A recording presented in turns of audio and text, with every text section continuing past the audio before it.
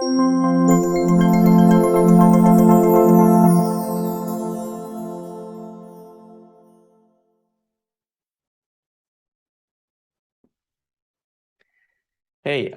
what's up, everybody? This is Akash Matthew from CIED Group. You're listening to the CIED Saga. The podcast is all about bringing the world of technology and business close at hand for the people.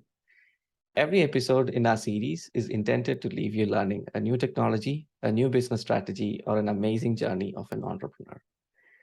Today, we have Nick Hazell, the CEO at V2 Food. V2 Food is an Australian startup which is leading the way in plant-based meat. Let's learn more about this company, its history of success, and how it supports environment, animals, and society. Hi, Nick. It's our pleasure to have you on our CIED Saga series. Please tell us a bit more about Yeah. and V2 Food. Yeah, so V2 Food, we're an Australian startup. We've been going for about 3.5 years. And we have a very clear mission. Our mission is to figure out how we can slow down the growth in consumption of animal meat versus plant-based meats, which is what we do. And the reason for that is that when you actually do the maths on animal meat consumption, and you look at population growth, and you look at our desire to eat more meat, which is pretty much a human condition, and you do the maths on that, and you think forward for the next sort of 10 or 20 years, we have a crisis on our hands. We will run out of land to grow the feedstock that we use to feed the animals that we like to eat. And it's happening frighteningly fast. So this is one of the major sustainability problems, and it's the one that people don't really talk the most about. People talk about energy and fossil fuels, but actually one of the biggest problems we're facing is how to actually feed a planet that's going to have 10 billion people on it with the foods that we like to eat, because the reality is that most humans like to eat meat, and the average human wants to eat more meat, not less. So how are we going to do this? And V2 Food was founded 3.5 years ago. I founded it in conjunction with the CSIRO, which is Australia's sort of leading science agency, to try and solve this problem. And I can talk a little bit about how we're doing it, but it's a huge problem to solve. It's epic in its proportions. We're talking about building another meat industry, which is a multi-trillion-dollar industry globally, and doing it in a frighteningly short space of time, because we really don't have much time left to do it. And so that's the sort of the beginning of our journey. It was about 3.5 years ago. Actually, I know exactly when it was. It was the 17th of January 2019 when we started V2 Food. And the reason I remember the date is because that was the date that a very influential scientific report was published called the Eat Lancet report, which basically said, answered the question, what should we be eating for our nutrition? This is the human population, but stay within the planetary boundaries. And one of the answers was we should be eating no more than 14 grams of meat per day. And I don't know about you, but if I look at my recipe book, I don't see any recipes that say take 14 grams of meat. So we better figure out how to make our meat from plants. Otherwise, we won't be able to live within the planetary boundaries. So that's a bit of the story. That's how we began 3.5 years ago. V2 Food, as we all know, offers a range of plant-based food. So what are those? Yeah, so V2 Food is currently in Australia. We actually we weren't supposed to launch anything in retail at this stage of development. We were going to go into food service and restaurants, but COVID kind of changed our plans when all the restaurants in Australia closed, and we pivoted into retail. So what we do is we sell meat in food service. We began with the Burger King franchise, and we sell into the Burger Kings in this part of the world and into Asia Pac. So we sell the Whoppers, the plant-based Whoppers in 5 Asian countries and Australia and New Zealand. And then in retail, we sell very standard items, really. This is a pack of mince, which is a 400-gram pack of mince, which you use to cook your spaghetti bolognese or your chili con carne or your keema or whatever you do with your mince. We have sausages, beef, pork, lamb. We have chicken schnitzels, chicken tenders. We're pretty much covering and of course we have burgers and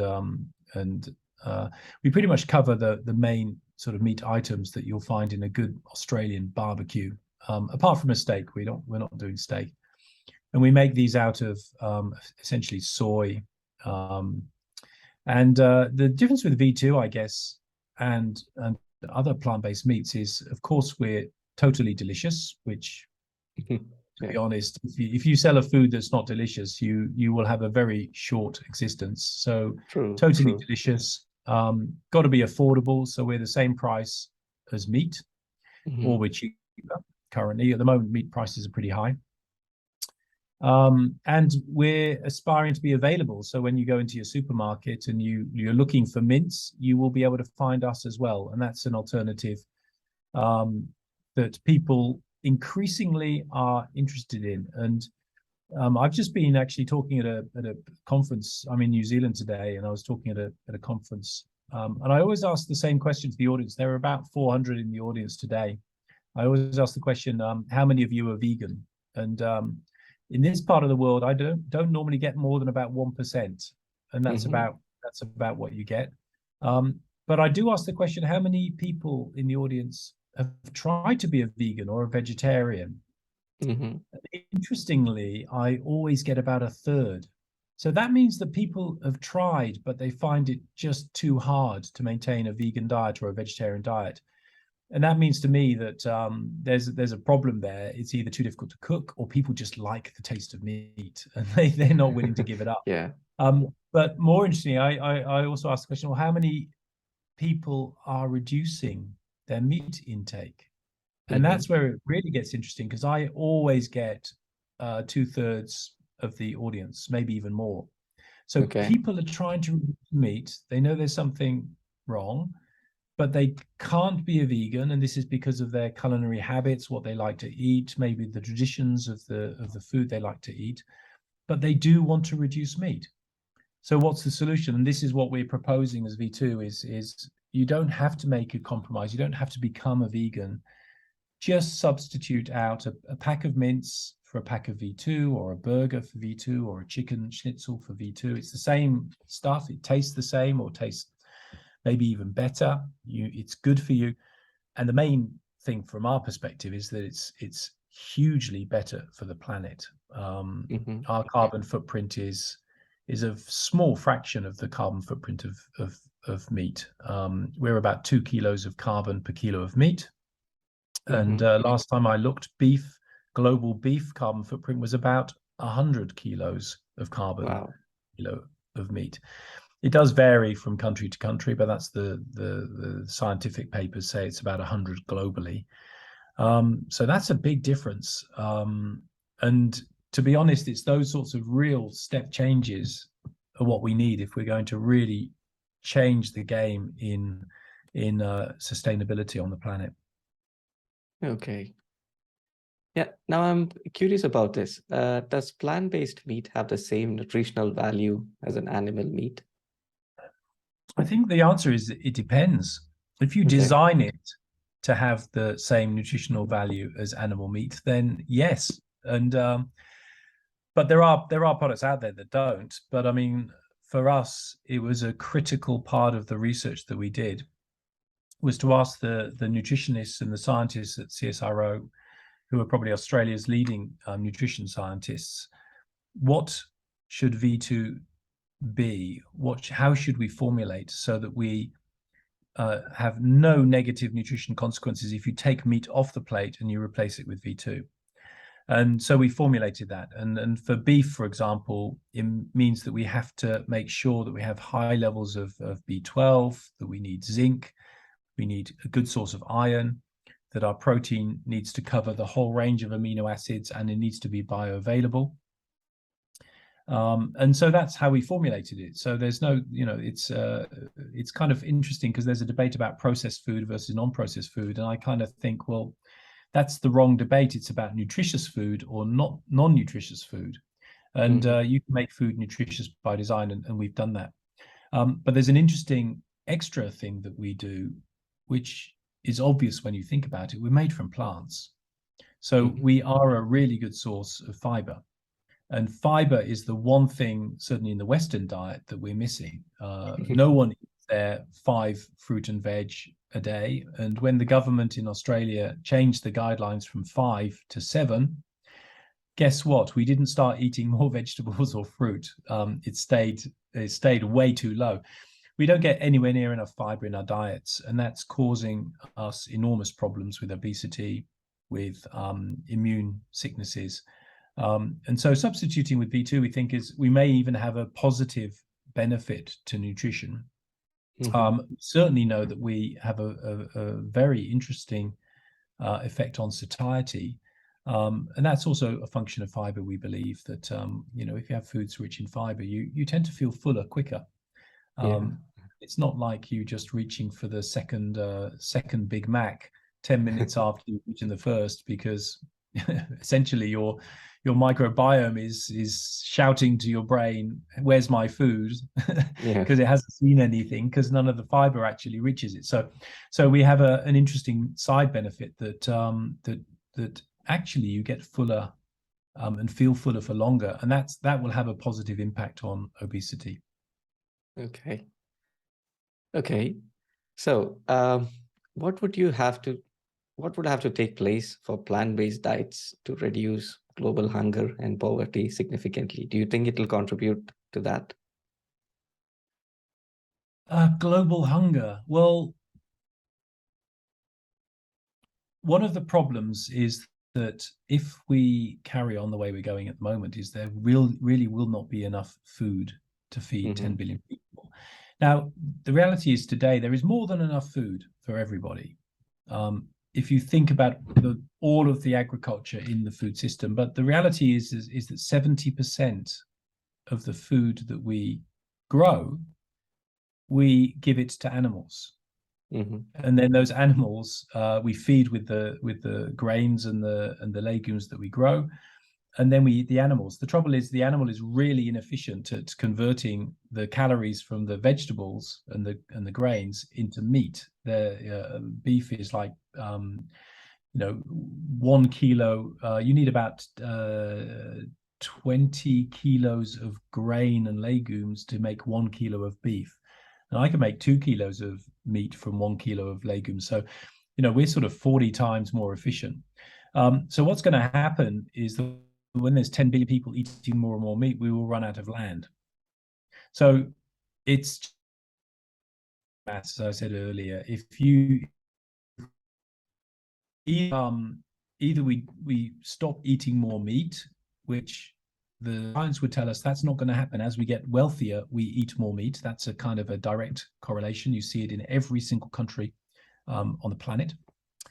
Or we figure out how to make meat more sustainably and more efficiently. And plant-based is the most efficient and the cheapest way of making meat, if you solve the technical problems around how do you make plant-based meat delicious and nutritious and cheap.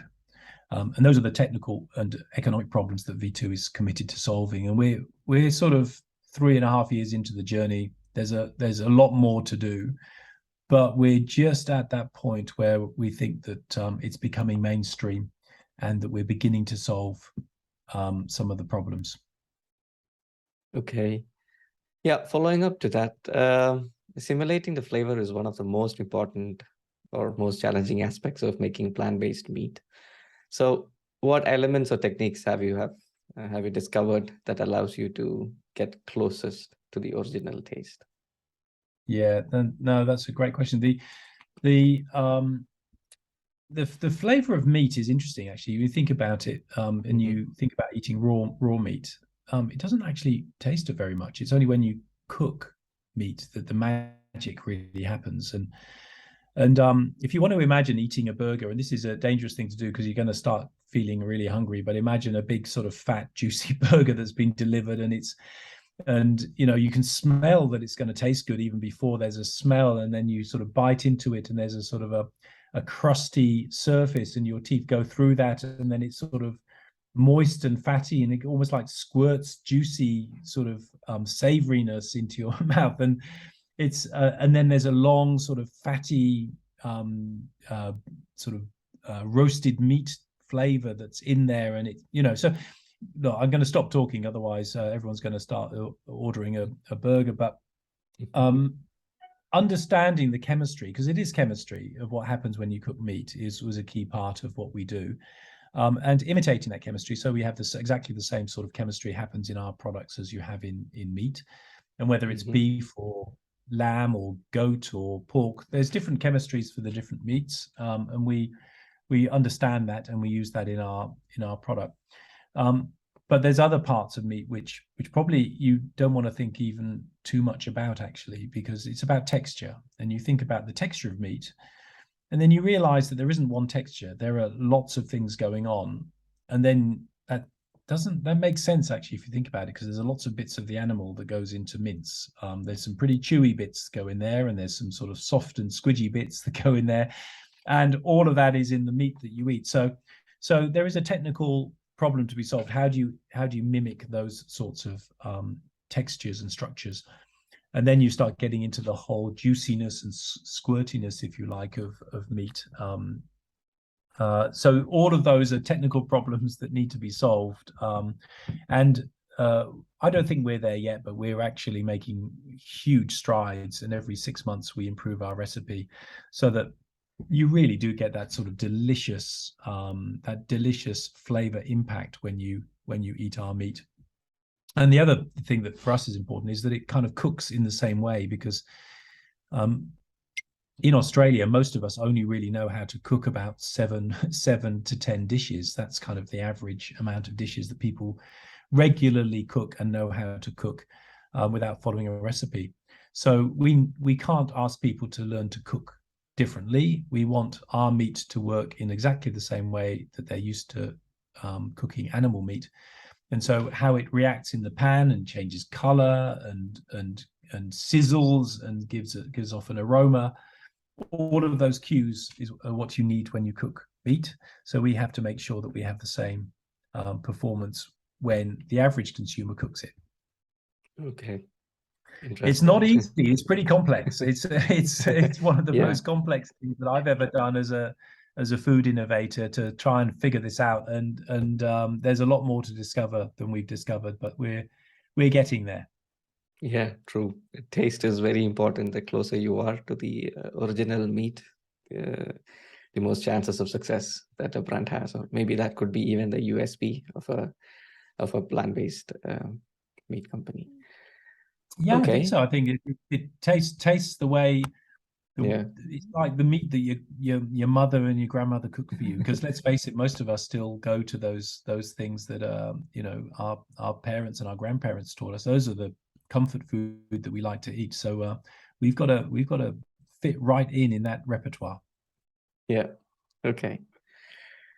So how important is traceability to your ecosystem, and do you have challenges trying to prove a plant-based origins for your raw materials or sources or ingredients?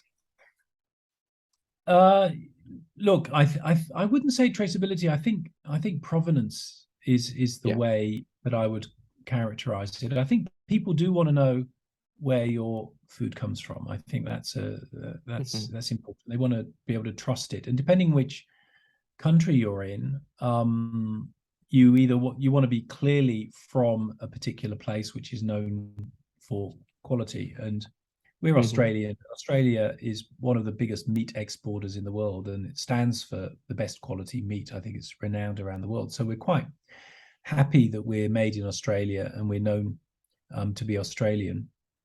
There are some countries where you really wouldn't, that people don't trust, actually, and so it's good to be able to tell the consumer where you're from.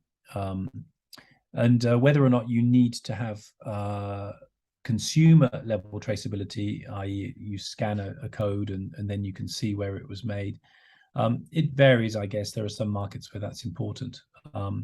But for us, I think it's we obviously know where all of our ingredients come from, and we can tell our consumers, you can trust us. We know what's going in there, and the product is good, delicious, nutritious, and is branded V2, and therefore you can trust it. Okay. Okay. So thanks for all the answers, Nick. Now we have the next segment of this podcast, which is rapid fire. So I'll ask you around 7 questions, and then you'll have to answer as quickly as possible. Okay, shall we go? So, what's your future vision for V2 Food? V2 will be a major part of the global meat supply, and that's how we're going to be sustainably feeding 10 billion people. Okay. So, what has been your company's most significant achievement this year?